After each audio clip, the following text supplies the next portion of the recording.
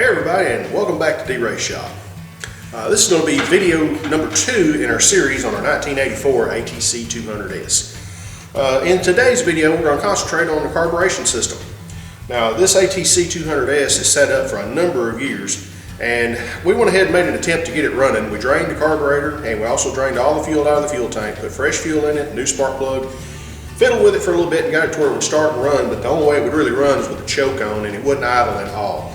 So in today's episode, we're going to remove this carburetor, disassemble it. I'm going to show you how to clean it, reassemble it, put it back on the machine, and how to adjust it out properly. So let's get right to it.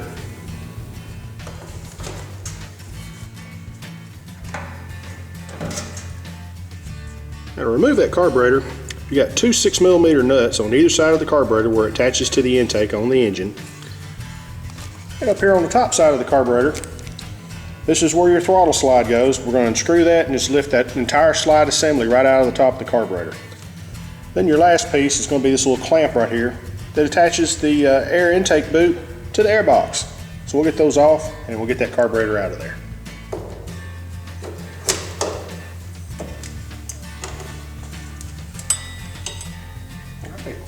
And there's our carburetor. Now we'll disassemble it and see what it looks like on the inside.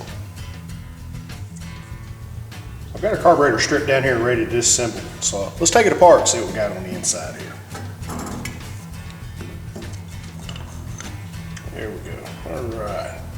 Actually, this doesn't look too awful bad on the inside. I've seen a lot worse than that. It's not bad at all. Yeah. Yeah. Chateau d'Exxon 1988.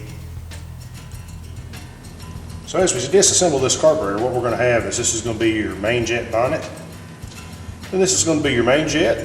This is your low speed jet. And this is your low speed mixture screw. This is what adjusts the mixture. Doesn't adjust the idle speed, but it adjusts the idle mixture. And I'll show you how to adjust that when we do our final assembly, put everything back together. So let's go ahead and take this thing apart. Let's take our main jet out. Now, once we take the main jet out, you're going to see it's going to have this little tube with the holes drilled in it. That's called an emulsion tube. We'll set that aside. And now, on the top side of the carburetor, you're going to have down inside this bore here is what's called the main jet or main orifice. You just want to kind of bump that loose. Very carefully push that down through the bottom. There it comes. That's your main nozzle. We'll set that aside.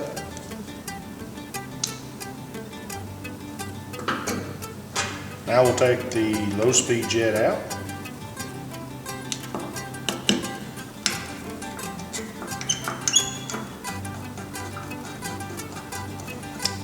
And this jet is most likely going to be our culprit as far as going being plugged up, because the orifice inside this jet is so small it's really easy for it to get varnished up and get obstructed. So we'll set this one aside. And this is our low speed mixture screw. Now before we just take that out, what we want to do is we want to screw this thing in until it lightly seats and count the number of rounds it takes for it to seat. That way when we put it all back together, we can set it back to the original adjustment position it was in, then we can fine tune it from there if we need to. So we're going to turn this in and count the turns. There's half, there's one, it's lightly seated right there. So when we put this thing back together, we'll run it in until it seats, back it out one turn, then we'll start it up, and then if need be, we can make adjustments from there. Let's go ahead and take it out. There's the mixture screw. There's some other parts in here that you need to be aware of. I'm going to reach down here with a little wire and pull those out. That's the spring. Then there should be a washer and an O-ring. There they are. I want to be sure to retain those, put those back in. And last but not least, we're going to take out the float valve. Just pull the pin out.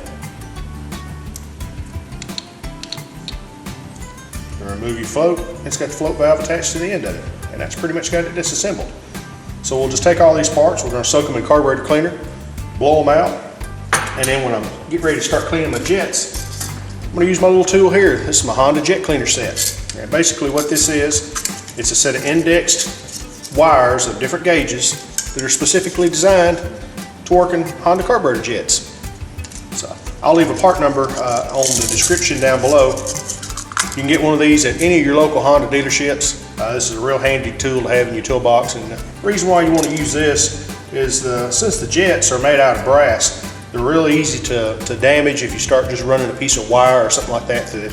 So that way you can use the right size wire that's made for that size jet. So it's not going to remove any material out of it. It'll just get the varnish out of it and not damage your jet. All right, so let's get to cleaning this thing up. I soaked all the carburetor jets and the carburetor body and just used a standard spray carburetor cleaner that you can get at any automotive parts store. And after I soaked them out real good, then I took compressed air, blew through the carburetor body through all the passages. And also, after I ran the jet cleaner through the jets, I also blew those out with compressed air real good. Made sure everything was real clean. So now we're ready to reassemble it. And what we'll start with is the main jet and the nozzle. Now this nozzle has a more of an open end to it, and then it has one that's a little more tightly closed. So you want to be sure that you get that in there in the right direction. So we're going to put it in with the open end first. So that just drops down into the bore of the carburetor. Then you'll follow it with the main jet and the orifice tube. Just run those down till they're snug. And just give them a little light snugging. Okay. Next will be the low speed jet. Just drop it in.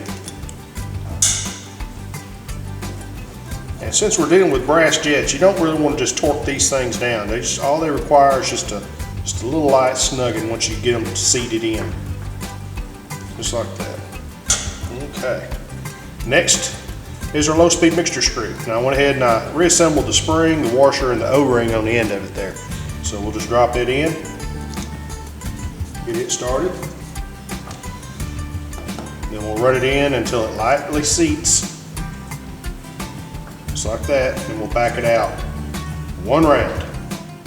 After we get the machine running and get the idle speed set on it, then we'll readjust that mixture screw to get the optimum idle out of it. Okay, so next will be the float with the float valve.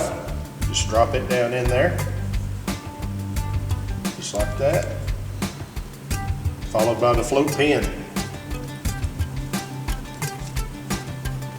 And last but not least is going to be our little main jet bonnet. There we go. Then we'll just put the lid back on and the 3 retaining screws.